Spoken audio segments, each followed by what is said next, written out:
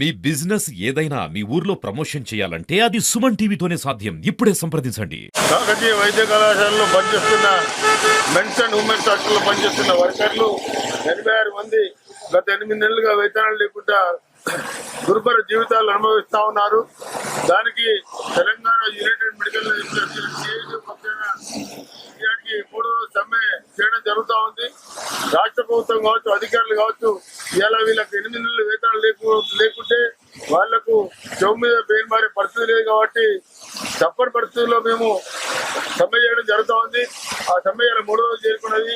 రాష్ట్ర ప్రభుత్వ అధికారులు కావచ్చు, అదేవిధంగా రాష్ట్ర ప్రభుత్వం కావచ్చు జోక్యం చేసుకుని వెంటనే వారికి రావాల్సిన పెండింగ్ వేతనాలు 8 నెలల వేతనాలు చెల్లించాలని డిమాండ్ చేస్తా ఉన్నాం.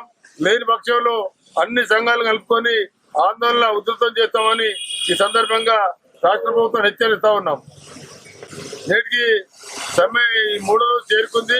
3 రోజులుగా వైద్య విద్యార్థులకు తీవ్ర అసౌకర్యాలు జరుగుతా ఉన్నా కూడా అధికారులు కావచ్చు, ప్రభుత్వం కావచ్చు పట్టించుకునే పరిస్థితి లేదు.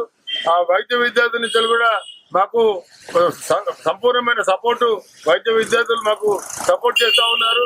అయినా కూడా అధికారులు పట్టించుకోకుండా, ఈ ప్రభుత్వం పట్టించుకోకుండా ఇలా చూద్దాం చూస్తా ఉంది.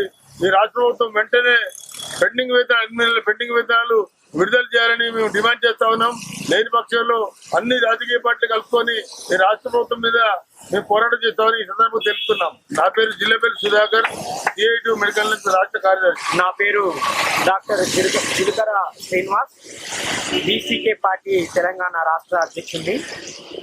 గత 3 రోజులుగా పెండింగ్ శాలరీలని వెంటనే రిలీజ్ చేయాలని కోరుతూ Kakatiya medical college men's and women hostel workers సమ్మె చేస్తున్నారు.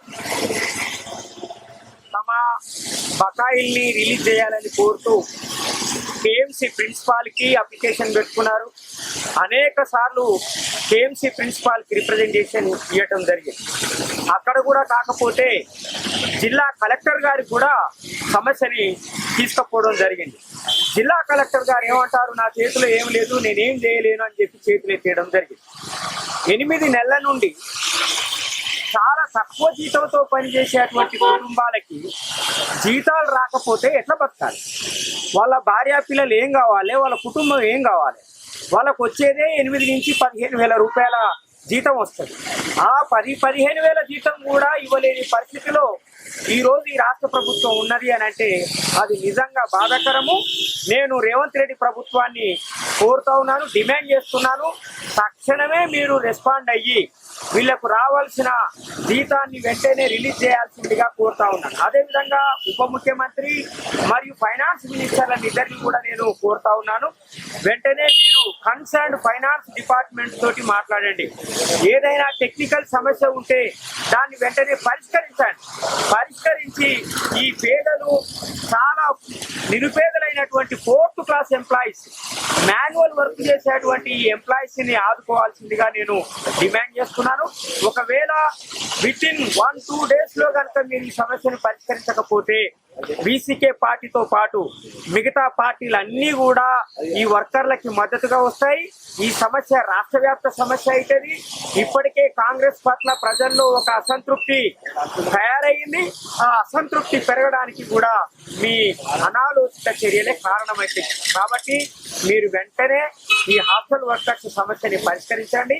8 నెలలుగా పెండింగ్ లో ఉన్న జీతాల్ని వెంటనే రిలీజ్ చేయాల్సిందిగా BCK పార్టీ తరఫున డిమాండ్ చేసుకోవాలి. చెల్లించాలి 8 నెలల పెండింగ్ వేతనాలు వెంటనే. రాష్ట్ర